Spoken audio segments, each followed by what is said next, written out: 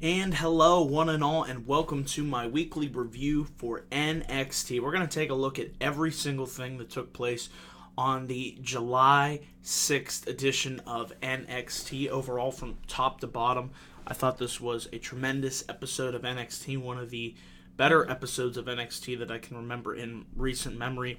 From the women's match between Bayley versus Alexa Bliss, which I thought was fantastic, to the return of Rhino, to the 2 out of 3 Falls classic match between the American Alpha and the Revival, who I thought had the best match out of their trilogy of matches. This was just a standout show from top to bottom. 1 hour of just great wrestling and good storytelling. What more could you want from NXT? And of course, next week we have Finn Balor versus Shinsuke Nakamura, the Cruiserweight Classic tournament, the WWE Draft coming up, SummerSlam. It is an exciting time to be a wrestling fan.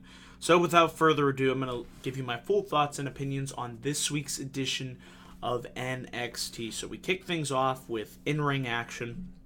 We had a solid contest. It was Bayley versus Alexa Bliss. This issue stemmed between them due to Alexa Bliss believing that she was the number one contender for the NXT Women's Championship, whereas Bayley is rightfully still owed her rematch. Therefore, these two took issue over that, and we had this match as a result. I really thought this was a standout match for Alexa Bliss. Bayley held her own, but Alexa really maintained control and dominance early on throughout this match. She really cut Bayley off at every opportunity that was possible. Bliss was just, really hard, physical on Bayley, took it to her, and this match could have went either way. It certainly didn't hurt Alexa Bliss that she lost, and Bayley looked like the resilient underdog that we all know that she is. So, towards the end of the match, the finish came as Bliss tried to hit a Vader bomb, but Bayley was able to get the knees up, and that allowed her to counter Bliss into the Bayley to belly. Bayley is your winner, 1, 2, 3. And then after the match, Bayley gets on the mic and she says she's going to come and take her NXT Women's Championship title back from Asuka. But Nia Jax would make her presence known, and Nia would make her way to the ring, get in Bayley's face, and it looks like we're going to have another match between Bayley and Nia Jax. Bayley cleared the hurdle of Alexa Bliss. Now she has to do the same against Nia Jax. And this is eventually building towards what I want to see. Bayley versus Asuka 2 at NXT TakeOver back to Brooklyn, hopefully in a stipulation match. So we'll see where that goes. But this was good stuff with the women. I like the with Nia Jax coming down to ringside. Last time it was Nia Jax that took Bayley out of action with the leg injury. Cost Bayley her chance of getting her rematch against Asuka at TakeOver the End. So it only makes sense that for Bayley to truly climb back up to the mountaintop, she has to now beat Nia Jax. So this was good stuff all around. We then had what was scheduled to be Blake and Murphy versus the Hype Bros, but just as the match was beginning to happen, Rhino would make a surprise appearance and beat the shit out of everybody and lay everybody out. He gored everybody except for Murphy, who was the only one that managed to escape, and this match was a no contest. So it was really surprising to see Rhino come back, but we'll have to see where they go with this. They tried to get an interview with him as he was leaving the building, but he didn't say anything, so I'm really intrigued to see what will be next for the man-beast Rhino. But it was certainly a surprise, interrupted the match that I didn't really have too much interest in. So, like I said, this was a good, effective segment. And then we finally had our main event. It was the 2 out of 3 Falls match for the NXT Tag Team Championships. It was the Revival defending their tag team titles against the American Alpha. And this was a great match from start to finish. I think it went 28 minutes.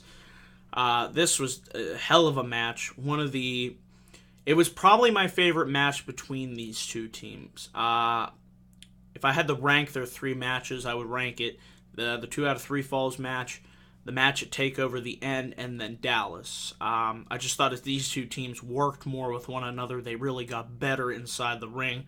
This match was certainly no slouch.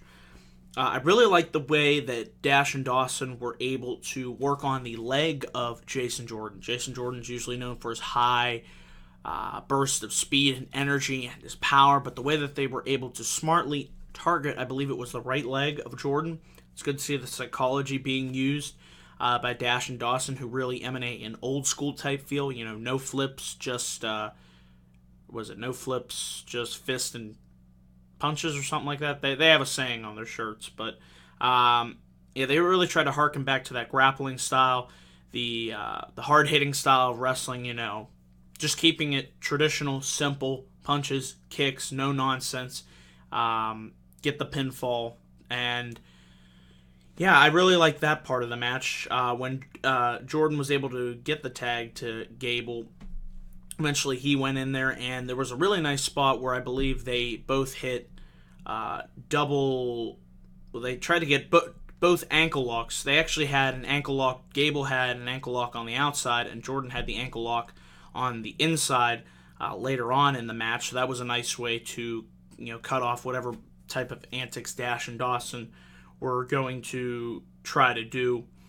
And the first fall of the match came as Gable, like I said, Dawson was going to attempt to help Wilder, but Gable was able to lock in the ankle lock on the outside to Dawson, and Jordan had the ankle lock on Wilder inside the ring, and that's where he tapped out. So American Alpha won the first fall of this match. Very quickly, though, Dawson was able to hit a DDT on Jordan. He was able to lock in the reverse figure 4 leg lock for the submission victory. So just like that, we were tied up at 1 fall apiece. This is where the action really picked up. There was a nice sequence towards the end where Dash and Dawson were able to hit Shatter Machine on Chad Gable on the ring apron. And after they rolled him back in, that was it. 1, 2, 3. Still, your NXT Tag Team Champions are Dash and Dawson. Certainly, my words can't do this match justice. There were a ton of great stuff. If you have the network, you have to watch this match. If only going to watch one thing from this week's episode, it is definitely this classic match, 2 out of 3 falls match between American Alpha and Dash and Dawson. Just great stuff all around. I could watch these two teams go at it again and again and again.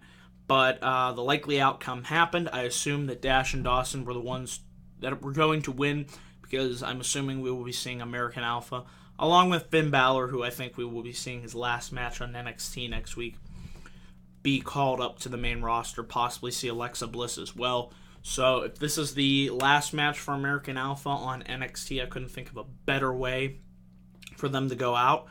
And yeah, this week's episode of NXT, from start to finish, I'd have to give this week's episode an A+. This was one of, like I said, the better episodes of NXT in recent memory.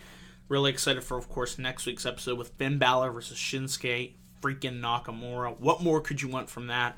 And, of course, we have the Cruiserweight Classic tournament beginning next week, so I'll be giving my full thoughts and opinions on that.